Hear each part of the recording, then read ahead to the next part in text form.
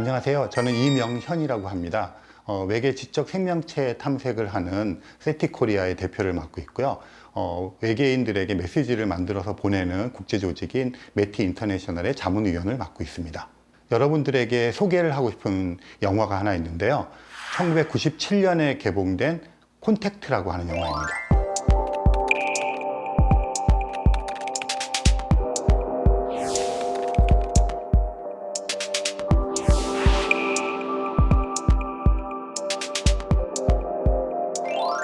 이 콘택트라고 하는 영화는 원래 원작 소설을 바탕으로 해서 만든 영화입니다.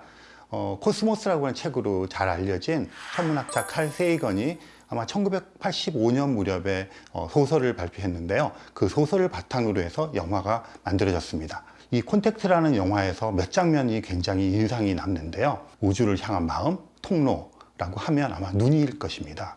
그래서 이 영화에서 첫 장면은 눈동자, 엘리라고 하는 장차 천문학자가 되는 어린 소녀의 눈동자를 통해서 우주의 모습을 보여줍니다.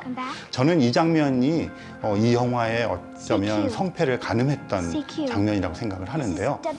우주라고 하는 저 넓은 곳으로 우리가 직접 이 몸뚱아리를 가지고 갈 수는 없지만 그런 상상을 통해서 우리 눈이라고 하는 것을 통해서 빛을 통해서 그 먼 곳까지 날아가서 상상해보고 그런 것들과 자신을 비교해보는 이것이야말로 과학이 여러분들에게 보여줄 수 있는 경이로움이라고 생각을 하거든요. 그러니까 바로 그 지점으로부터 시작을 합니다.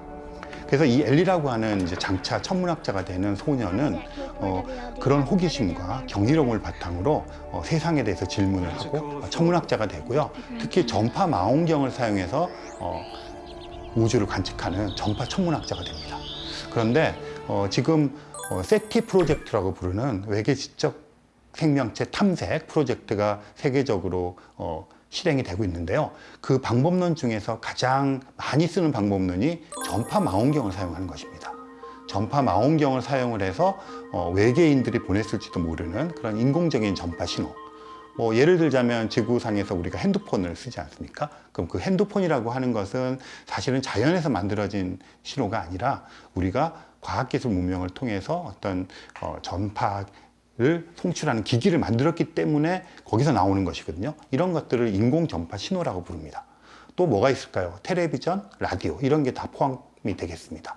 그래서 전파 망원경을 사용해서 마치 지구에서 삐져나오는 이런 인공적인 전파 신호 같은 것들을 다른 행성에서 찾아보자고 하는 그런 게 세티 프로젝트, 외계 지적 생명체 탐색 프로젝트의 과학적인 현대 버전이거든요.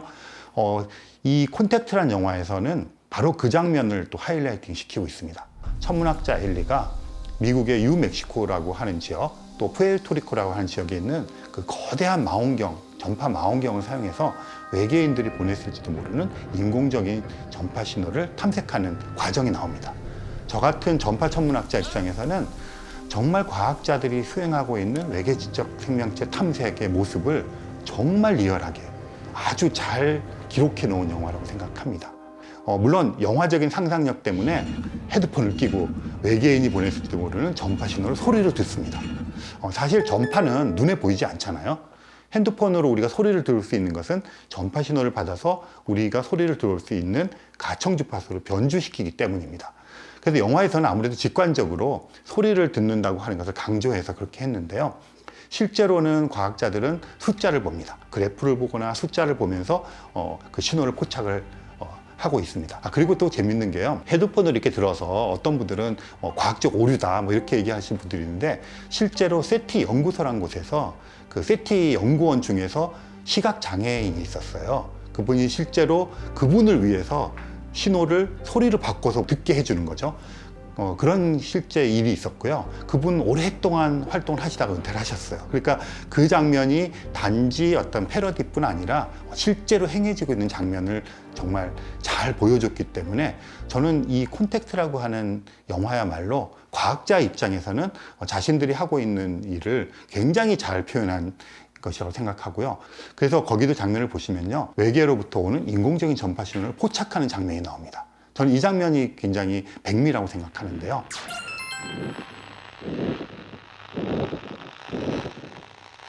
신호가 포착되는 장면에서의 그 엘리의 침착하면서도 흥분하고 하는 그런 감정이 섞여 있는 그 장면이 저는 굉장히 멋진 장면을 생각하고요. Right ascension, 18 hours, 36 minutes, 56.2 seconds. Hey, is anybody awake in there? 실제로 외계인의 신호를 포착하면 아마 과학자들은 그 엘리처럼 행동하지 않을까 이런 생각을 합니다. 이 신호를 그럼 어떻게 그냥 보통 핸드폰 신호나 또는 자연에서 오는 신호하고 어떻게 구분할까? 자연의 신호는 굉장히 이렇게 랜덤하게 오지 않습니까? 그런데 인공적인 신호는 우리가 의도를 가지고 어떤 사람에게 자신을 알리는 것이기 때문에 뭐 예를 들어서 반복을 굉장히 오랫동안 한다든가 또는 뭐 원주율 같은 거 있잖아요. 그건 굉장히 우주적으로도 특이한 경우이기 때문에 그런 거를 반복한다든가 뭐 이런 것들을 실제로 과학자들이 사용을 하고 있거든요. 그러니까 그런 것들이 굉장히 잘 녹아 있습니다. 101, the pulse sequence through every prime number between 2 and 101. Prime numbers. That would be integers that are only divisible by themselves and one. Yeah, we think that this may be a beacon, some kind of an announcement to get our attention. 저는 또 다른 매력을 볼 수 있는 포인트가 있는데요. 그 포인트는 외계인을 만나는 장면입니다. 이제 외계인이 보내온 신호를 가지고 외계인을 만나러 갈 수 있는 도면을 만들고요. 실제로 장치를 만들어서 우여곡절 끝에 엘리라는 천문학자가 탑승을 하고 외계인을 만나러 갑니다. 아마 외계 지적 생명체 또는 외계인을 그렇게 만나게 되는 영화들은 굉장히 많이 있습니다. 뭐 유형을 몇 가지 살펴보면 침공을 하죠. 외계인들이 침공을 해서 우리를 이제 잡아가거나 괴롭히거나 전쟁이 일어나거나 이런 유형이 있고요. 그들의 모습은 대충 보면 뭐 파충류처럼 생긴 뭐 곤충류 이런 게 굉장히 많이 있습니다. 그런데 정작 간 곳은 자기 자신이 굉장히 익숙한 어느 해변가였고요. 해변가 저 끝에서 외계인이 걸어오고 있는데 점점 다가오는데 바로 돌아가신 자기의 아빠의 형상을 가지고 있었어요. 이 엘리라고 하는 천문학자의 뇌를 다 스캔한 거죠. 기억을 스캔해서 그가 가장 소중하게 생각하는 것이 무엇인가. Do you think there's people on other planets? If it is just us, it seems like an awful waste of space. 가장 보고 싶은 사람, 가장 의지하고 싶은 사람, 그 모습으로 외계인이 나타난 거죠. Hi, Sparks.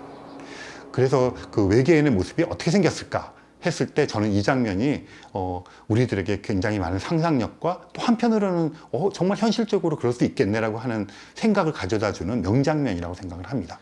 그런데 저는 여기서 이 영화가 가지고 있는 훨씬 더 깊은 어떤 함의를 볼 수 있다고 생각을 합니다.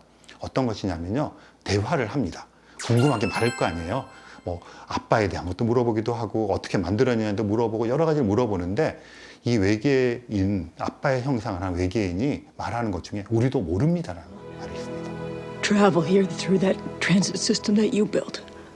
We didn't build it. We don't know who did. No, they were gone long before we ever got here.